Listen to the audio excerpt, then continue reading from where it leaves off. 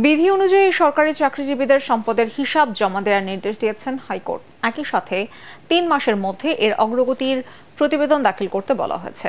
একটি রিটের প্রেক্ষিতে এই আদেশ দেন বিচারপতি নজরুল ইসলাম তালুকদার ও বিচারপতি কাজী এবাদত হোসেনের বেঞ্চ। পর্যবেক্ষণে আদালত বলেন, যে কোনো উপায়ে দুর্নীতি ও অর্থ পাচার বন্ধ করা দরকার। রিপোর্টে জানাচ্ছেন মাহবুব কবির চাপল। শীর্ষ সরকারি কর্মকর্তাদের দুর্নীতির খবরে ক্ষুব্ধ দেশের মানুষ। কোথাও কোথাও জ্বলছে সেই ক্ষোভের আগুন।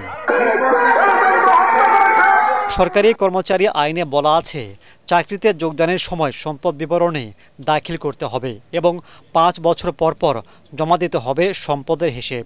কিন্তু আইন কাগজে আছে, বাস্তবায়ন নেই।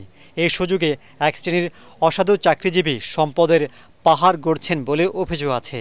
প্রতি বছর তাদের সম্পদের হিসেব জমা দেওয়া বাধ্যতামূলক করতে রিট করেন হাইকোর্টের এক আইনজীবী। শুনানি শেষে আদেশ দেন বিচারক।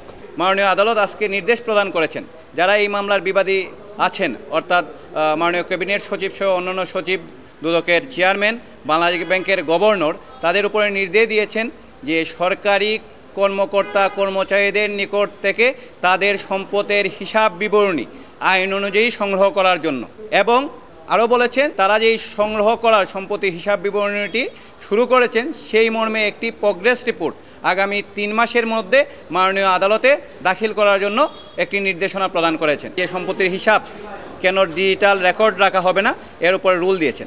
শুনানির সময় পর্যবেক্ষণে হাইকোর্ট বলেন, দেশের উন্নয়ন বাধাগ্রস্ত করছে দুর্নীতি। এটা যে কোনো উপায়ে থামানো দরকার।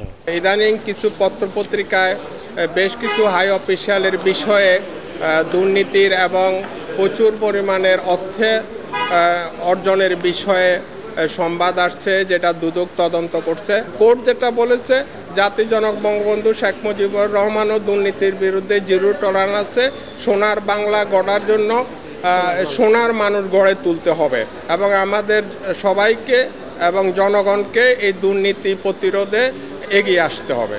ইউরোপ, আমেরিকা, এমনকি পার্শ্ববর্তী দেশ ভারতেও সরকারি চাকরিজীবীদের সম্পদের হিসেব কঠোরভাবে তদারকি করা হয়। মাহবুব কবির চপল, এটিএন বাংলা, ঢাকা।